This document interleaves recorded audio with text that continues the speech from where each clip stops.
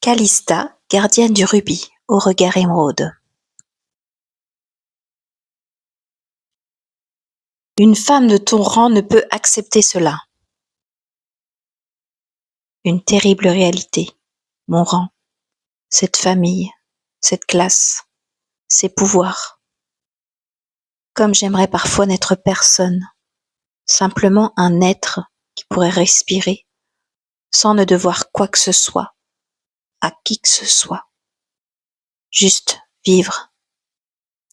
Ou survivre? Avais-je vraiment fait le choix de cette expérience?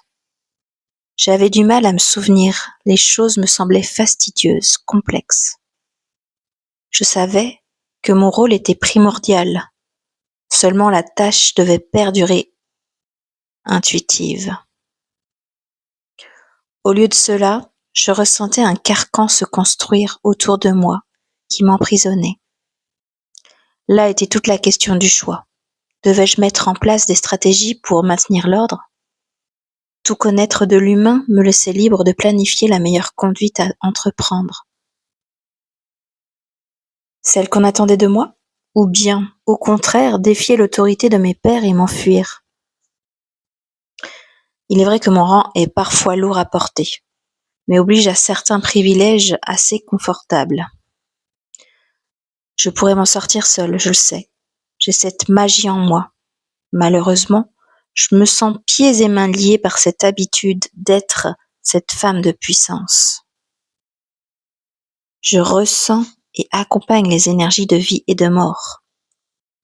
Les terriens me consultent pour des aides de guérison, de semences et toute autre raison qui les dépasse.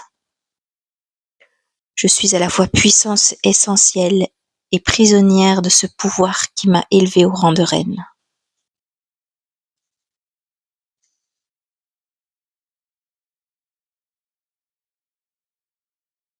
Calista est la meilleure traduction sonore de mon énergie. Je vais te raconter ici mon aventure. Il est important pour moi de l'exprimer pour émettre sur les fréquences adaptées à tous.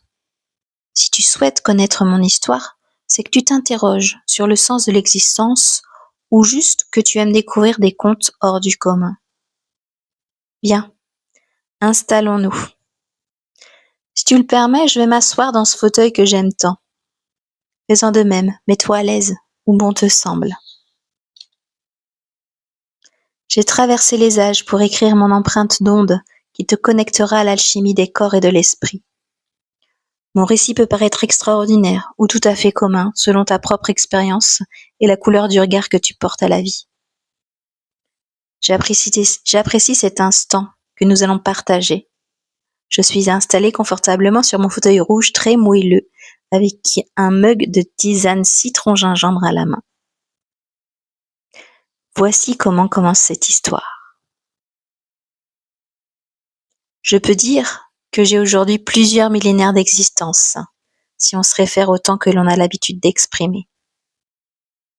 Mes origines sont très lointaines, descendantes des étoiles. Je fais partie des princesses stellaires. J'ai reçu pour mission de m'incarner dans l'identité d'une reine avec des connaissances pointues sur le corps de chair. Le but de cette incarnation humaine est de montrer la voie d'une réalité de magie. Nos capacités de manifestation en tant qu'humains sont multiples grâce à cette planète Gaïa.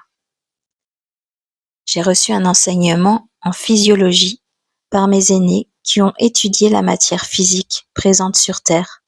Ce sont des scientifiques très doués en technologies précises.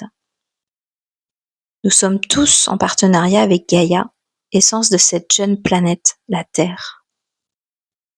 Notre mission est d'apporter ici l'énergie nécessaire pour entrer dans l'harmonie du grand tout avec ses habitants, peuple de chair vivante, agrémenté d'un cerveau apte à faire des choix qui sont parfois inadaptés à l'équilibre. Je dois leur transmettre la flamme stellaire pour qu'ils l'expérimentent au quotidien afin d'accompagner Gaïa vers son ascension. C'est de cette manière que les habitants de cette planète pourront vivre une réalité en harmonie avec les différents règnes animal et végétal, mais aussi minéral, élémental, et d'autres qui sont invisibles à l'œil primitif de l'humain. Je me souviens du jour où je suis arrivée sur Terre. Seul un conseiller humain avait été mis au courant. Il ferait le pont entre nos deux civilisations afin que je puisse leur dévoiler nos savoirs. Il s'appelle Pharaon. Il est complètement dévoué à la tâche de me donner les pouvoirs en ce qui concerne l'enseignement. Je le ressens très excité à ma venue et à l'idée de recevoir de nouvelles connaissances descendant des étoiles. Pharaon me dit avoir attendu ce moment depuis de longues années après avoir obtenu l'information de mon apparition dans un rêve. Oui, c'est moi qui vous ai contacté pour vous annoncer mon avènement. Nous communiquons avec vous à travers des songes. Ce qui vous a paru des années a semblé pour moi quelques heures. Eh bien, vous avez eu le temps de vous imprégner de l'idée comme cela, expliquai-je avec bienveillance à Pharaon. À la suite de cette rencontre, celui-ci m'installe dans les quartiers de Rennes, un magnifique palais où je ne manque absolument de rien. J'arrange les quelques technologies cristallines qui me permettront des contacts plus poussés que la télépathie avec mes frères et sœurs. Puis, nous démarrons ensemble des réunions afin que je détermine l'approche la plus juste pour commencer à transmettre nos savoirs. En observant ce qu'il m'apprend sur la biologie humaine, il me paraît évident d'entamer l'enseignement de la magie du vivant aux femmes.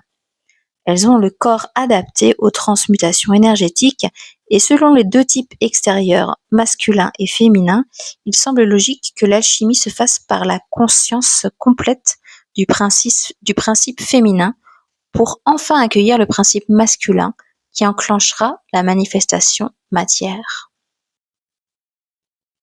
Une limpidité instantanée se dessine dans mon être. Je suis reconnue chez moi pour mes capacités de mue et de synergie exceptionnelles, ce qui m'a valu d'être choisie pour cette grande mission en amour pour Gaïa. Je crée alors un temple où j'inculque aux jeunes filles à maîtriser ce savoir des flux qui circulent en elles et les connaissances qui en sont reliées. Je m'aperçois que toutes les femmes ne sont malheureusement pas aptes à recevoir cette instruction. Certaines auras sont plus encombrées que d'autres, par de sortes de parasites que je n'arrive pas encore à identifier. Cette brume fait barrage à l'énergie cristalline. J'organise donc un système de recrutement pour n'enseigner qu'aux personnes ayant une émanation transparente. Cela me paraît être le choix le plus juste pour commencer le déploiement. Je comprends aussi pourquoi mon corps physique est femelle, de majorité lune dans mon ADN.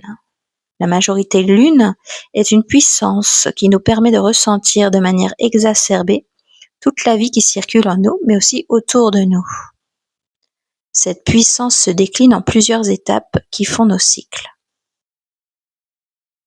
Ces périodes nous procurent des pouvoirs différents, le plus intense étant de voir les différentes dimensions simultanément, c'est-à-dire plusieurs réalités en une.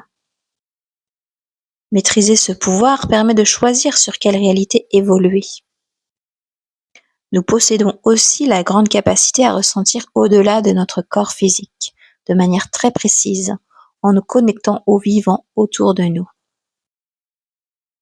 Majorité soleil pour la plupart, les hommes ont quant à eux la capacité d'accompagner et de mettre en forme concrètement, de faire grandir et évoluer le vivant, de lui permettre l'autonomie. Ils doivent pour cela s'inspirer de l'amour et de la bienveillance universelle. Pourtant, ma puissance continue à porter les deux polarités en parfaite osmose. C'est l'avantage de mon origine au-delà de la Terre. Voilà maintenant plusieurs années terriennes que j'œuvre à transmettre l'union et la manifestation en harmonie avec le reste de l'un. Le processus avance lentement. Je dois reprendre chaque principe séparément avec la structure de chair. Les véhicules humains font vivre le concept de scission entre le féminin et le masculin, alors que nous avons les deux natures en notre impulsion créatrice. Je dois m'adapter à ces corps et leur apprendre à écouter leur part réceptrice pour toucher leur essence de matérialisation. 3 de mes disciples sont extrêmement prometteuses. Elles commencent à percevoir le souffle de vie. C'est une grande étape. En effet, pour la plupart des femmes, leur existence a été jusqu'ici tellement concentrée sur les tâches ménagères qu'elles se considèrent comme du bétail qui enfante. Je leur apprends la beauté de la respiration qui anime chaque être vivant. La force de l'humain étant sa capacité à se réunir en soi sur différents plans. Pour ma part, j'ai reçu cet enseignement en programme dans mes souvenirs. Au fil du temps sur Terre, j'oublie les sphères qui sont chez moi, mais je ressens toujours le contact avec les miens, la sensation de leur présence enveloppante et chaleureuse. J'ai aussi l'arrière-goût de lieux lointains par les étoiles où une organisation a été faite entre plusieurs espèces pour une expérience inédite, comme ils le disent. Comment vont-ils apprendre leur grandeur?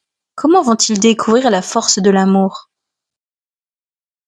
Quelles choses merveilleuses vont-ils matérialiser sur cette exceptionnelle planète de vœux? Une trace emblématique est très présente en mon esprit, ce qui motive encore mon être à guérir, professer et surtout assumer ce rôle de reine que l'on m'a donné. Je sélectionne attentivement chaque jeune femme qui reçoit mon enseignement. Je scanne leur cœur afin d'y découvrir la pureté nécessaire. Ce savoir est tellement puissant, il me faut leur adresser délicatement. L'initiation est longue et rigoureuse. Un jour, une de mes disciples me rapporte une incompréhension de sa part. Elle souhaite connaître la raison pour laquelle les hommes ne sont pas enseignés à cette magie du vivant. Je lui réponds simplement que ça n'est pas encore le moment pour eux. Il est important que les femmes puissent leur transmettre petit à petit au moment opportun. Il est primordial de respecter la nature et la féminine, majorité l'une, est la première à ressentir l'existence en son sein. Il est essentiel d'appréhender la vie et la mort en son corps pour s'aventurer à déclencher cette puissance en soi. Cette disciple prénommée Koloma semble saisir ce que je lui révèle. Cependant, je décèle en son souffle et son aura que mon discours ne lui convient pas et qu'elle nourrit en elle un malaise. Que se passe-t-il, Koloma? Tu as l'air perplexe. Oh non, ma reine, tout va bien, je vous l'assure, me répond-elle. Pourquoi se soucie-t-elle des hommes? Ils possèdent eux aussi leur temple d'apprentissage. Je leur transmets comment se rapprocher de leur part féminine. Comment, petit à petit, recevoir les sensations invisibles, les messages non tangibles. C'est le cheminement juste pour accompagner ensuite le mouvement du vivant. J'aurais dû me méfier davantage de cette disciple. À ce moment-là, je n'imaginais pas ce qui allait se passer plus tard.